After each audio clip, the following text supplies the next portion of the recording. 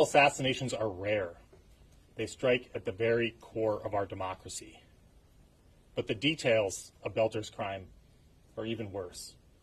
They are truly chilling. It is no exaggeration to say that his crimes are the stuff of nightmares. Belter stalked his victims like prey.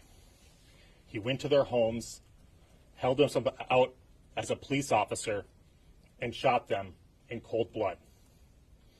Now, there's been a lot of information and misinformation out there about Belter's crimes. We have filed a detailed 20-page complaint and affidavit that sets forth what happened in this case. I'd like to share some of that information with you now. In the early morning hours of June 14th, Belter went to the homes of 4 Minnesota state politicians with the intent to kill them. Belter first traveled to the home of Minnesota State Senator John Hoffman in Champlin, Minnesota. Belter arrived at the senator's home disguised as a police officer. He arrived in a black SUV with emergency lights turned on and with a license plate that read police. Belter wore a black tactical vest and body armor. He carried a flashlight and a Beretta 9mm handgun. He also wore a hyper-realistic silicone mask. Senator Hoffman had a security camera. I've seen the footage from that camera, and it is chilling. Belter knocked on Senator Hoffman's front door and repeatedly shouted, "This is the police, open the door." Senator Hoffman and his wife, Yvette, came to the door. When they opened the door, Belter shined the flashlight in their faces and said there had been a shooting reported in the house. Belter asked if they had any weapons. When Belter lowered his flashlight, which he had shined in their face, they realized that he was not a police officer. They shouted out, "You're not a cop. You're not a police officer." Belter then announced, "This is a robbery," and forced himself into their home. When Senator Hoffman attempted to push Belter out and stop him from entering his home, Belter shot him repeatedly. Belter then shot Miss Hoffman repeatedly. Belter fled the scene, and the Hoffman's daughter called 911. Unfortunately, the Hoffmans survived, although they remain hospitalized. After shooting Senator Hoffman and his wife, Belter traveled to the home of another Minnesota state representative in Maple Grove, Minnesota. Video surveillance showed that Belter rang the doorbell at the state representative's house at approximately 2:24 a.m. on Friday night. Again, he was dressed as a law enforcement officer, wearing a tactical vest and body armor, carrying a handgun and a flashlight, and wearing that same hyper-realistic silicone mask. Again, the images, as you can see on the screen, are haunting. Now, fortunately, the state representative was not home. She and her family were gone on vacation, and so Belter left. Belter then traveled to the home of a Minnesota state senator who lived in New Hope, Minnesota. He parked in the street in that same black SUV with the police license plate. At about 2:36 a.m. on Friday night, after learning of the shooting of Senator Hoffman, New Hope police dispatched an officer to conduct a wellness check on the state senator who lived in New Hope. When the New Hope officer arrived at the scene, she saw Belter's black SUV parked down the block with the lights on. The New Hope police officer believed that Belter was a police officer who had been dispatched to the scene to check on the status of the state senator. The New Hope police officer pulled up next to Belter in his car, rolled down her window, and attempted to speak with him. Belter did not respond. According to the officer, he just sat there and stared straight ahead. So the New Hope police officer, who had been dispatched to the scene, proceeded to the state senator's home, and she waited for other law enforcement to arrive. When they did, by the time they did, Belter had left the scene.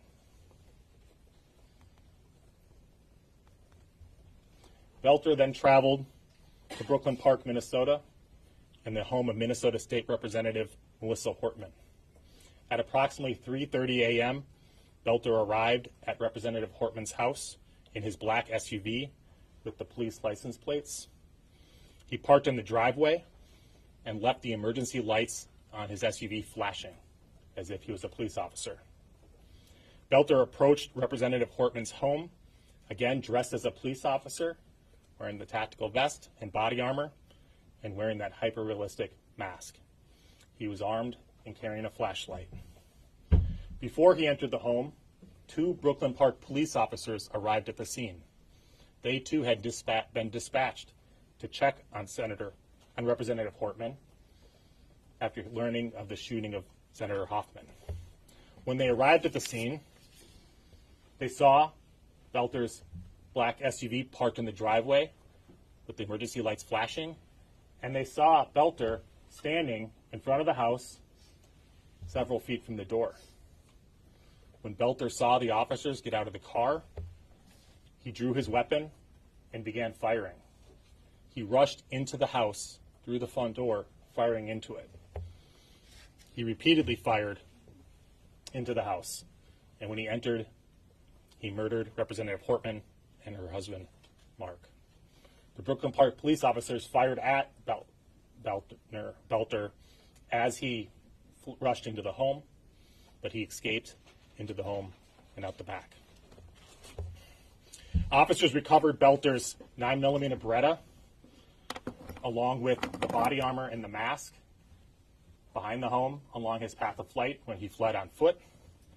They later searched Belter's car, where they found 5 more firearms, including assault-style rifles and a large quantity of ammunition.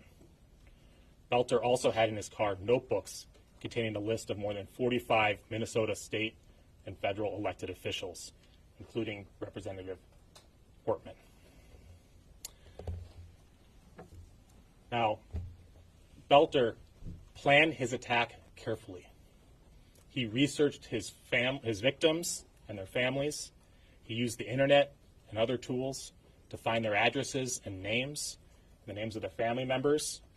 He conducted surveillance of their homes and took notes about the location of their homes. He also prepared in other ways. He concealed himself as a police officer, outfitting his black SUV with police lights and a police license plate, wearing a black tactical vest and body armor, carrying a police flashlight and a handgun. And of course he wore that hyper-realistic silicone mask as seen on the surveillance videos. The video of his arrival and shooting of Senator Hoffman is truly chilling. Again, it's no exaggeration to say this is the stuff of nightmares. There's a photo of the firearms found in Belter's abandoned SUV. Based on these crimes, we brought a federal complaint charging Belter with an array of federal charges. Counts 1 and 2 charge him with stalking. Count 1 charges him with stalking Representative Melissa Hortman using interstate facilities, and that's Title 18, United States Code 2261. The statutory penalties there are life in prison. Count 2 similarly charges him with stalking State Senator John Hoffman using interstate facilities. The maximum penalty of that count is 20 years in prison. Counts 3 and 4 charge Belter with the murder of Melissa and of the Hortmans using a firearm in violation of 18 U.S.C. 924J.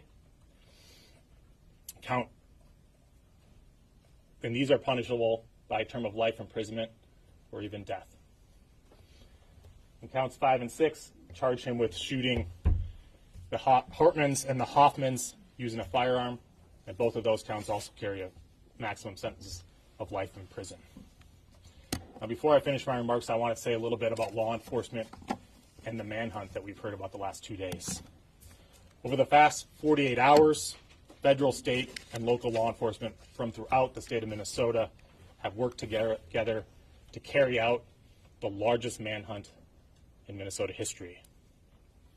Now, a lot has been said about law enforcement in recent weeks, but make no mistake, the men and women of our federal, state, and local law enforcement put their lives at risk and on the line to keep Minnesota safe. They work tirelessly, day and night, to make sure that the tragic events of Friday night ended without further violence or bloodshed. We owe them all a debt of gratitude, and they will forever have my respect and admiration. I'm going to turn it over to Special Agent Alvin Winston from the FBI. Thanks, Joe. Good morning. My name is Alvin Winston, and I serve as the Special Agent in charge of the FBI Minneapolis Field Office, which covers the states of Minnesota, North Dakota, and South Dakota. I want to begin by extending my deepest condolences to the families of the victims and to the community that has been shaken by this devastating act of violence. Our thoughts remain with those who are grieving and all who have been impacted by this tragedy. Over the weekend, the people of Minnesota and the nation have been watching closely as this case has unfolded. The Minnesota Bureau of Criminal Apprehension provided a detailed update yesterday, so I won't repeat those specifics. This was a targeted attack against individuals who answered the call to public service. The FBI's role in moments like this is clear: to stand alongside our partners, bring federal resources, intelligence capabilities, and reach to the effort, not just to apprehend the individual responsible, but to understand the full scope of the threat. That work continues. This case became the largest coordinated manhunt in Minnesota's history. We are proud to stand shoulder to shoulder with our law enforcement partners across the state. No single agency could have done this alone. And because of that unified effort, a dangerous individual was taken into custody. Let me say this clearly. Political violence has no place in this country. The FBI, alongside our partners, will remain focused on the work ahead and on ensuring justice is served. And with that, I'll hand it over to you. Thank you with those comments, and we're thankful today to see these charges filed. Early on, with our partners from the Federal Bureau of Investigation and other federal partners from the ATF, United States Marshal Service, and others, they provided assistance to the team of local investigators from the Brooklyn Park Police Department, Hennepin County Sheriff's Office, and the BCA that were working on this right to begin with, along with all the other hundreds of people that stepped up with the Champlain Police Department as well in this to pursue this justice.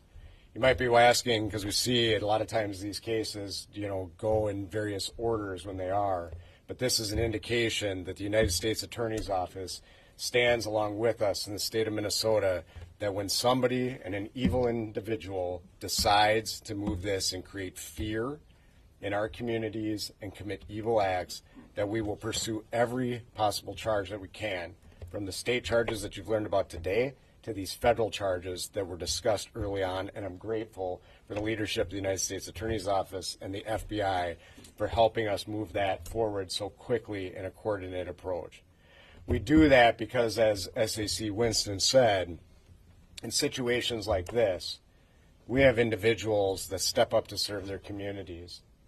They are elected officials across our state, and when an individual chooses to target them for their role in representing all of us, it's an incumbent upon all of us to put all the resources forward to hold that individual accountable, to seek justice, and to make sure that we are working together to show the community across Minnesota and the United States that political violence is never okay. We as a country are formed on the basis that we have political discourse and that we have debates ongoing on what we do and that we elect people day in, day out to represent us.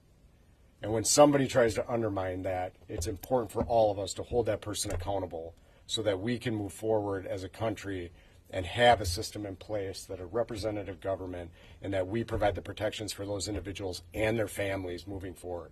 And so I'm thankful for these charges today to move this forward and the great work of the United States Attorney's Office partnering with us to move forward on this. And with that, they'll take some questions. Why is there a terrorism charge in there? Why is there not a terrorism charge is the question. You know, we brought the charges that we think are appropriate right now. Obviously, these crimes are about 48 hours old, so we have an ongoing investigation, and I can't comment as to what other charges may or may not be brought. Will you seek in the the death future. penalty? Will you Will seek the death penalty? Lou, thank you for the question. Will we see the death penalty? It's too early to tell. That is one of the options for several other charges, though. Did Mr. Belcher have any assistance? Are you looking into whether he may have had assistance? And if he did, what are the potential consequences for anybody who may have assisted him either before or after these tragic shootings? Our investigation remains ongoing in several areas, including whether or not he had anyone helping him, assisting him in either carrying out these attacks or fleeing from them. I can't comment on that at this time. There's nothing in the complaint suggesting that someone did, but the investigation is ongoing. In fact, it's just in its infancy. It's been 48 hours, most of which we are primarily focused on finding him. He was running surveillance cameras in Minneapolis shortly after these crimes occurred. Do we know how he got from Brooklyn Park to Minneapolis? Was it on foot? I don't know the answer to that. Can we offer clarity about the state charges concurrent with the federal charges? How does that all work? Does this make null the state charges or take precedence over the state charges? It does not nullify the state charges. They remain in place. Today, he was brought into federal custody. He'll make his initial court appearance in federal court over in St. Paul at 1:30 Central Time this afternoon. And my expectation, based on prior cases, is the federal charges will be litigated first, but the state charges won't necessarily go anywhere. Can you speak to why investigators believe he carried out this attack and for how long he may have been planning these attacks? Well, it's pretty clear from the evidence that he's been planning these attacks for quite some time. There's voluminous writings, as you've seen in the reporting, that were found both in his car and his house about his planning, lists of names and individuals. In terms of the why, it's unclear. Can you talk about this interaction with the New Hope police? What had law enforcement been told at that point? Were they aware to be on the lookout for a dark SUV that resembled a police vehicle? I don't know. I can turn that. I don't know if one of my colleagues here know. I know that they had heard about the shooting of Senator Hoffman and being the diligent law enforcement they were, knowing that they had elected officials living in their communities, they went out to do a wellness check. I don't know more than that. You know, what I can say, and as you can, I don't know the specifics of the question and what on that, whether it is. What I will tell you is that Hennepin County law enforcement working together at that time knew of that, and so as the different jurisdictions were on duty, some of them did proactive. You know, as you've heard from Chief Bruley on this in Maple Grove, for example, or in Brooklyn Park, for example, they went out proactively to check on the status and the well-being, and that's how we encountered this and prevented additional attacks, which we believe certainly could have occurred from occurring. So we don't know the specifics on the New Hope as to what they were doing, but they were tracking the shooting that happened, and so several of them were being proactive and checking on various people that they knew resided in their city. So did he shoot at the officers in Brooklyn, or the Brooklyn Park officers that responded? Did he shoot at them, or was he shooting into the house and they kind of like chased him into the house? My understanding is it's unclear at the moment whether or not he shot at them. It's possible that he did.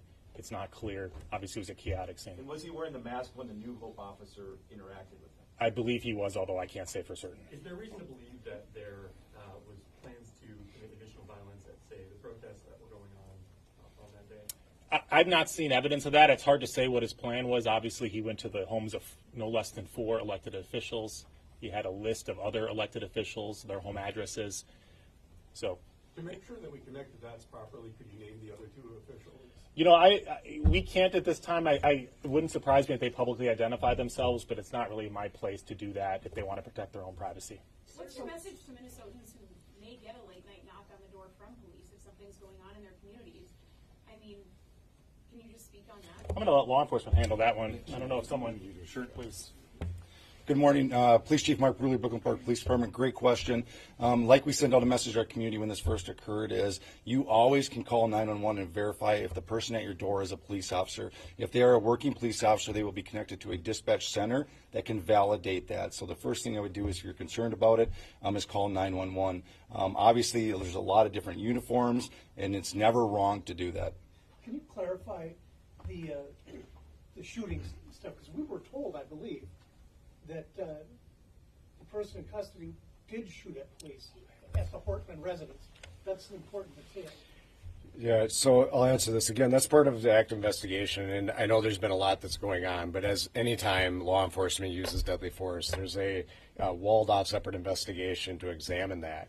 At that time, I will tell you, we still work through. We are gathering evidence when we go through. This happened incredibly fast. What I can tell you is the police officers that were there on scene, that while they were assessing the situation, that the gunfire erupted. And we are still working through and reconstructing that crime scene. We've gathered all of the evidence related to that. And what was said there is that this is definitely happening very quickly, and we definitely know that he began shooting at the Hortmans, as will be detailed in this information, immediately once the officers were assessing the situation. Whether or not that the gunfire was returned at the officers or not, we are working through that, and we need to recreate the crime scene itself. Can you identify the motive? And I should say, I want to say, like, in that process, the gunfire was erupting in such a way all around that is partly why, with the reasonable interpretation on some of those, is where that came from initially. Can you identify the potential motive here? It has been widely reported that the list, his hit list, contained names of people who are abortion rights supporters. And also, can you please release the names of the two other targeted victims who are fortunate to get away? As I said, with respect to the other two potential victims, I think it's up to them whether they want to publicly identify themselves. As I said, it wouldn't surprise me if they do. They're elected officials, but that's their right. Obviously, they may have families and children and privacy interests that they need to sort through. So I'll let them do that. With respect to the potential motive, let me say this. There's been a lot of press coverage and speculation and discussion of a manifesto. I've seen nothing like a Unabomber-style manifesto in his writings. He had many, many notebooks full of plans, lists of names, surveillance, efforts that he took to surveil and locate the home addresses and family members' relationships with these elected officials. But I have not seen anything involving some sort of political screed or manifesto that would clearly identify what motivated him. Obviously, his primary motive was to go out and murder people. Now, they were all elected officials. They were all Democrats. Beyond that, I think it's just way too speculative for anyone that's reviewed these materials to know and to say what was motivating him in terms of ideology or specific issues. There's a lot of... Or abortion rights supporters? There were some abortion rights supporters, I believe, on the list. But again, there was dozens and dozens and dozens of names on, hundreds of pages of documents that were recovered with his writings on them. Did he confess and give more details after he was apprehended last night? I'm not going to comment on that at this time. Can you talk about how long this pre-planning and surveillance went on? Do you have any idea? It appears to have gone on for an extensive period of time. I think it's unclear. The writings appear to have been done at various times over the course of at least months, I would say. But beyond that, it's speculative. Did he have there's kind of two questions that go towards the same thing. He appeared to be involved with some kind of a home security or professional security operation. I wonder if you have any details into that. And was he familiar to law enforcement, even though he didn't appear to have any kind of serious criminal record in the state? I've seen the press reporting on his security company. I don't know anything beyond that or any involvement that would have in this case. And I have no knowledge of his interactions with law enforcement prior to this. Can you comment at all about, his car, the light pack, the license plate, maybe a bit of a badge sniffer? Was he obsessed with police? I have no idea. I think I skipped over the slide. The police license plate wasn't an official-looking police license plate, as you can tell. It said, I believe it was like a reflective black things that you would buy to put on like a mailbox, like your address on a mailbox. Was he a bit obsessed with do we know? I have no idea. There have been reports that his wife was, quote, detained at a rest stop in Onamia, and that in her car was found weapons, passports, and a lot of cash. She was also with 3 children. Is that true? And is the wife being investigated? Go ahead. I'll defer to law enforcement on that one. Yeah, I can answer the question. So when, the question was detained, obviously, when an individual commits these, heinous acts and we knew he was the suspect in this case, we're going to want to talk to the family. At this point in time, this is, under active prosecution, and so we want to be careful about what we say. She was cooperative with us at that time. There were a firearm in the vehicle at the time, at valid reasons for her she was legally in possession, I should say that, at this time, and there were other items that were recovered, but we're going to leave that to some of the prosecution as we work this out. So we're not going to comment on all of it, as this is still continuing to be part of the active investigation. We need to figure out exactly what all of this means in relation to this. To be clear, there's not going to be a first appearance in district court then today, and then where is he being held? There'll be an initial appearance in federal court over in St. Paul, Minnesota at 1:30 Central Time this afternoon. I do not anticipate there will be an appearance in state court today. Just one more question on the hit list. You said 45 names, and we've seen more than that. Was there more than 45? There's lots of, go. Yeah, and I think it can help. There's a lot of names that we're working together right now. So the FBI, there are some, and we've mentioned this, that there are some other names that are from out of state. They have been working through through our Fusion Center network across the United States, and then our partners at the FBI are helping coordinate with that in that process. The question is a good one. Part of what we're looking through, the names, the numbers that you're referencing, was names in multiple notebooks. Some of them are redundant. So I don't have a total number of people that were in there because some of them are overlapping on multiple lists. And again, I do want to continue to clarify. This is not a list of people that was in a numerical order and some sort of ranking. These are names that are being developed as we are looking at this across multiple writings in terms of that, just to be clear about it. And was Senator Hoffman's name even in there, though? I believe it was. Where is he being held? Right now, I think he's in the custody of the United States Marshal Service over at the St. Paul Federal Courthouse. Beyond that, I'll defer to the marshals on where he'll be held, assuming he's held in custody pending trial. Can today's court appearance be considered an arraignment? Is there anything you can tell us about what's supposed to happen today? It'll be an initial appearance because he's only charged by complaint. He has not yet been indicted. So he'll have an initial appearance, as all defendants do, before a federal judge, where he'll be asked to identify himself. The court will appoint a lawyer to represent him, or he can retain one and have a lawyer represent him. And then the court will ask whether or not we will move to seek his detention pending trial, which we obviously will. And then the court could set a detention hearing and a preliminary hearing to assess whether or not there's probable cause to charge him by complaint. How much of that will happen actually today is unclear. We'll see at 1:30. And is that the Warren E. Berger Federal Building? And that's the only court appearance today? Correct. Thank you. For Superintendent Evans, yesterday, the way that things played out yesterday when you came up for the 5:30 or so press conference, did you know that he was close to being caught at that point?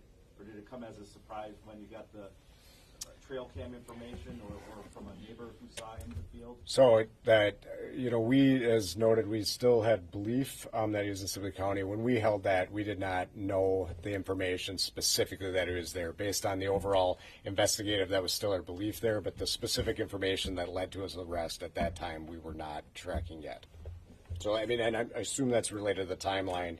These teams and the law enforcement teams acted very quickly when they had a specific lead that led us to know he was in that area. And so it was a relatively short period of time where they converged and were able to do that. What we knew before this news conference was bad enough. What you have told us is even worse. Where does this rank in terms of attacks that you know of across the United States? And what you addressed some of your reaction, but can you all three give us your reaction? Look, this was a political assassination, which is not a word we use very often in the United States, let alone here in Minnesota. It's a chilling attack on our democracy, on our way of life. It's only the most recent example of violent political extremism in this country, and that's a trend that's been increasing in recent years, and that's unfortunate. And I hope it's a wake-up call to everyone that people can disagree with you without being evil or needing to be killed or hurt. You mentioned that multiple different aspects of this investigation were found in multiple different notebooks. How many were discovered and were they all in his vehicle? My understanding is some notebooks were recovered from his vehicle and others from his house, although obviously there was law enforcement literally from all around the state. I couldn't begin to identify all of them. Representatives of many of those, or some of those agencies are here, but far more were involved. And so all I can say, there was many notebooks recovered from multiple locations. And part of it's Did it make sense about him going back home? Like, what was he thinking? Did he say he was trying to get back to his house? I mean, it's odd, I guess you could say. I can't speculate as to what was in his mind. He obviously went on a murderous rampage on Friday, so I think I'm not aligned with this thought process. Mr. Winston, can you talk about, is there any sort of attention being paid to what kind of safety needs to be given to politicians at this time, or is this a space where people feel like any threat has left with this risk? Okay, so what we're going to do is we're going to, of course, take these threats as serious as possible and throw all available resources towards these threats. We are in lockstep with the Capitol Police on a regular basis, and we're continuing to have those conversations about threats towards politicians. Thank you for that question. Maybe one more question here before we wrap up. Perhaps this is for Chief Rowley. Just wanted to wrap it back to hoping you can speak to just how pivotal it is that your officers acted proactively, stopping by the Hortman's house and likely stopping more victims. Yeah, great question. Just for everybody in the room, question is how important was it that the police officer stopped at Representative Hortman's house, which really foiled this entire plan. It's incredibly important. That started with a sergeant who was actually off duty, was walking out of the building and had heard that there was a shooting in another community at Senator Hoffman's house. Being alert, seen two officers in the police department, said, hey, drive by Melissa Hortman's house and just check on the house, would you? And that's essentially what they pulled up and found, that in the drive was the car, and essentially the criminal act was occurring as they pulled up. Had they not foiled the plan, essentially took his vehicle away from him, which involved all his maps, all his names, all his weaponry, I would be very scared what it would look like over the next few hours had we not done that. And just to clarify, did your sergeant know about the New Hope and Maple Grove incidents, or just the one in Champlin? He only knew about the one that occurred in Champlin. So the other officer that came upon him at the second house and saw him sitting in a vehicle, did she realize, did she report that, and did they try to chase him? Did she realize that was suspect, or? I don't think she did. She knew something was awry, and then he left and proceeded to Brooklyn Park and carried out the next shooting. So it got lost in the chaos of the event, not lost in the chaos of events, but there was a new shooting shortly thereafter. It really is remarkable, to the question earlier, how he went to 4 houses that night, and in 2 of them he encountered law enforcement at the third and fourth one, and the second one no one was home at all. It's remarkable how diligent law enforcement was at 2:30, 3 o'clock, and 3:30 in the morning on a Friday night, that they were responding to just do wellness checks on our politicians. It's a testament. The last 48 hours have been an incredible testament to the professionalism and dedication and commitment of our federal, state, and local law enforcement. Thank you all.